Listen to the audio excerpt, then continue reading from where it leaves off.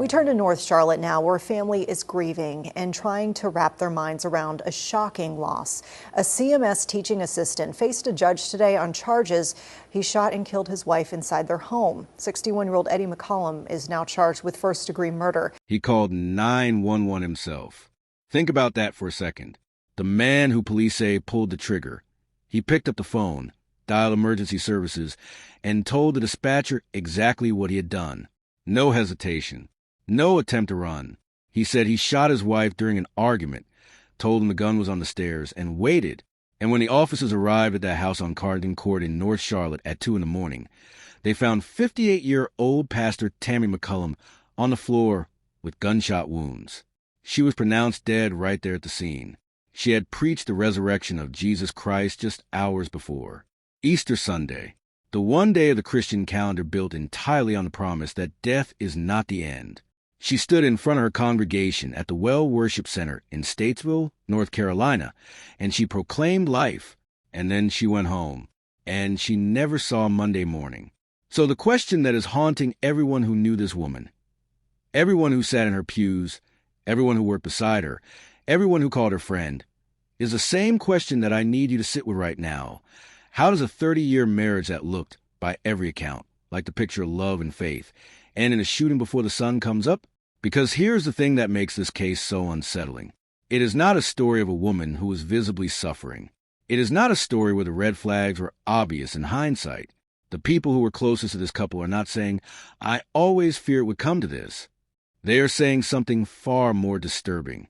They are saying they had no idea. They are saying they are confused. They are saying the love Eddie McCollum had for Tammy was almost a landmark in their community, that it was something people pointed to and said, "That's what love looks like." And yet here we are. Before we go any deeper into this case, I need to ask you something.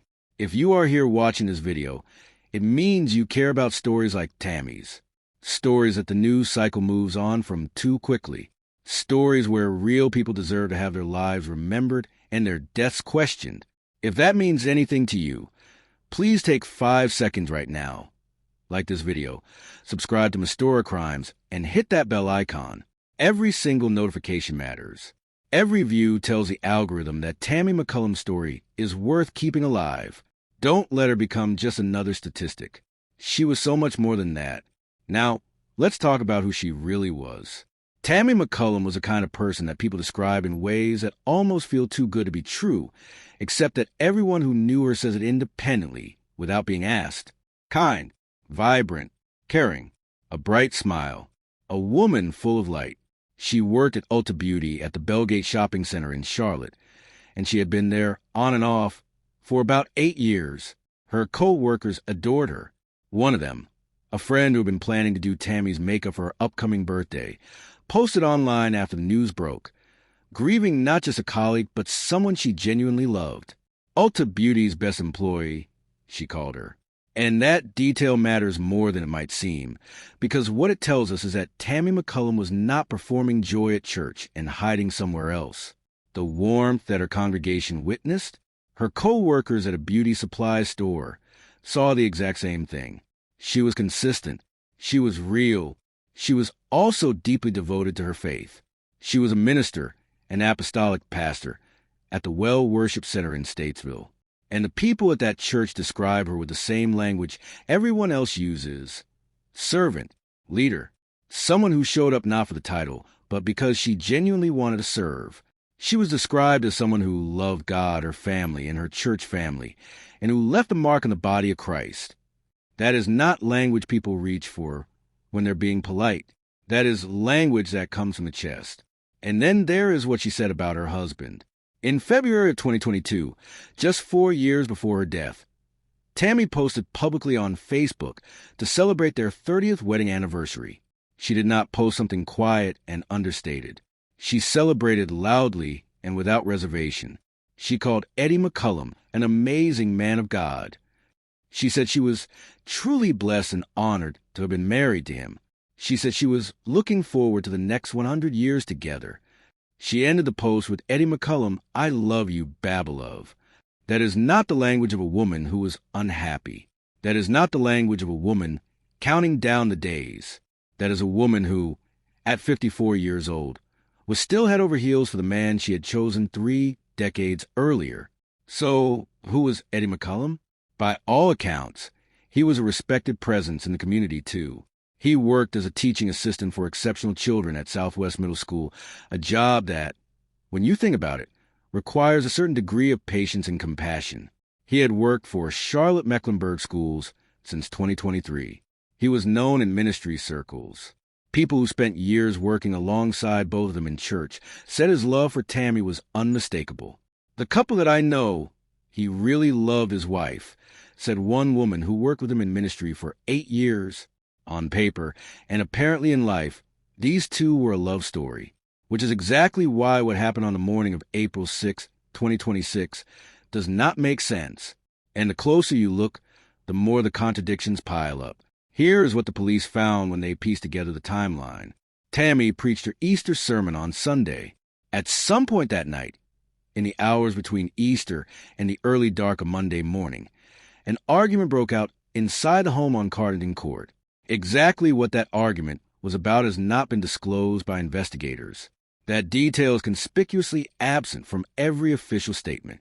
We know there was an argument. We do not know what it was about. And in a case like this, that missing piece is not a small thing. That missing piece is everything. What we do know is that shortly after 2 a.m., Eddie McCollum called 911 himself. He told the dispatcher he had shot his wife. He told them the gun was on the stairs. He gave them the address. And then officers arrived and found Tammy with gunshot wounds. She was pronounced dead at the scene.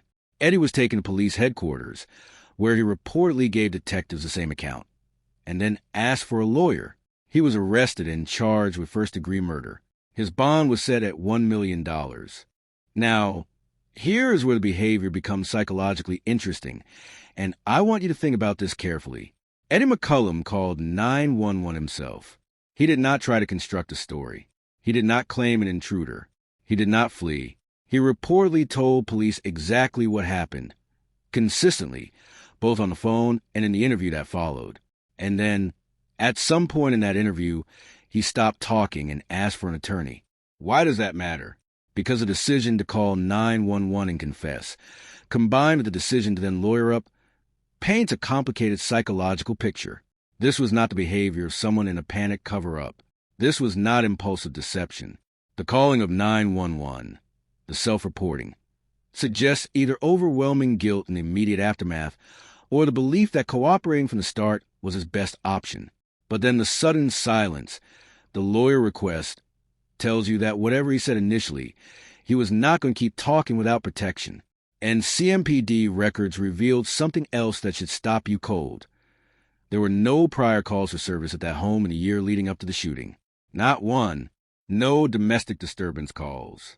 No welfare checks. Nothing. Which means that there was tension building in that marriage. It was happening behind closed doors, completely invisible to everyone outside those walls. So, how do you explain it? How do you explain 30 years, Easter Sunday, a 2 a.m. argument, a gunshot, and a 911 call, all in one night? Their daughter, Davlin McCollum, is one of the most important voices in this case, and I want to spend real time on what she said, because she is the person who knew both of her parents most intimately, and her words are a window into something deeply strange about this tragedy. Davlin spoke to reporters just days after losing her mother, and she was grieving in a way that most of us grieve, but her grief had an extra layer on top of it, confusion. A confusion so profound that she said, and I quote her directly, "I don't know if confusion is a good enough word. What happened?" She said her parents never had issues. She said there were no domestic violence problems. She said her father's love for her mother was, in her words, almost a staple in the community, that the way Eddie loved Tammy was goals. She said their relationship was not one of constant arguments over small things, that these were people who had built 3 decades of life together and who, by everything she observed growing up in that home, loved each other deeply. And then Davlin said something that stayed with me. She looked into the camera and she said to her mother, "Job well done, my girl. You did a good job." That line will hit you differently when you let it settle, because it is not anger. It is not blame. It is a daughter trying to honor her mother while her father sits in a jail cell charged with ending her mother's life. It is a family shattered in a way that defies easy narrative. There is no clean villain to point to in the way that we sometimes get in true crime cases. Davlin's own brother, Davion Forney, stood at the birthday memorial for his mother, a balloon release at Hornets Nest Park on what would have been Tammy's 59th birthday, and said, "It's just going to be tough. A long road, probably for the rest of my life." Hundreds of people came to that balloon release. Red balloons rose into the Charlotte sky. People listened to Tammy's favorite songs. And somewhere across town, Eddie McCollum sat in Mecklenburg County Jail on a $1 million bond, awaiting his next court date. Now here is the psychological question at the heart of all of this, the one that nobody has answered publicly. We know that in the very early hours of Easter Monday morning, something was said or something happened inside the house that escalated into lethal violence. We know that whatever that argument was about, it has not been made public. And the reason that matters is because the nature of the argument is the only key to understanding how a 30-year marriage, described by the people inside it as full of love, crossed a line that cannot be uncrossed. Was there something happening beneath the surface that even the children did not know? Was there a revelation that night? Something discovered, something said, something confessed, that triggered an eruption of emotion in a man who had no history of violence? These are not accusations. These are the questions that investigators will be working to answer, and they are the questions that the family, sitting with their grief, cannot yet bring themselves to fully face. Here's what I keep coming back to, and I want you to think about this with me, because this is where the psychology of this case gets uncomfortable. We often talk about domestic violence as something with long, visible history, warning signs, escalation, neighbors who called the police, friends who noticed the bruises, family members who tried to intervene. And the research does support that, in many cases, intimate partner homicide follows a pattern of prior abuse and control, but it does not always. And that is the part of the conversation we do not have enough. There exists a category of cases where the explosion comes from somewhere that looks, from the outside, like calm, where the couple is described as loving, where there is no prior record of violence, and where something, a single argument, a single night, a single moment, ends in irreversible tragedy. That does not excuse what happened on Cardington Court, not for 1 second. Tammy McCollum was in her own home. She had preached the gospel hours before. She had 3 children who needed her. She had a congregation that loved her. She had co-workers who called her the best they'd ever known. She was 58 years old, 8 days away from her 59th birthday, and she was killed by the man she called her blessing, her baby love, the person she thanked God for choosing. Eddie McCollum will face a judge on April 28th. He is charged with first-degree murder. The investigation is ongoing, and the details that remain sealed, especially the nature of that argument, may eventually become public through the court process. But right now, today, the people who love Tammy McCollum are left in a silence that no answers are filled yet. Her daughter is laughing through tears, trying to remember her mother as a woman who liked getting dressed up and doing her makeup.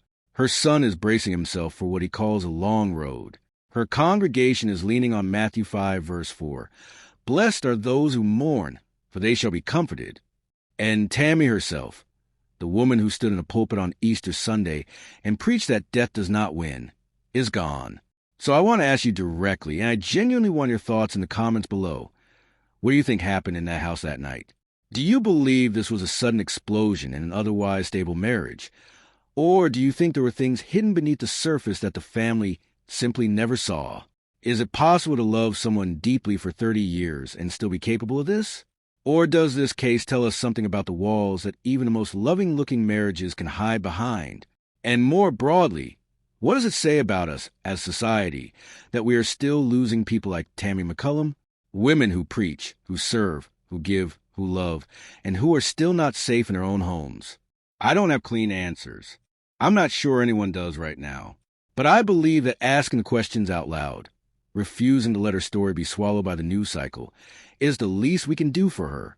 If this story moved you, if you think Tammy McCollum deserved better, if you believe that true crime done with respect and care can actually mean something, Then leave a comment with your theory. Tell me what you think happened. Tell me what this case made you feel.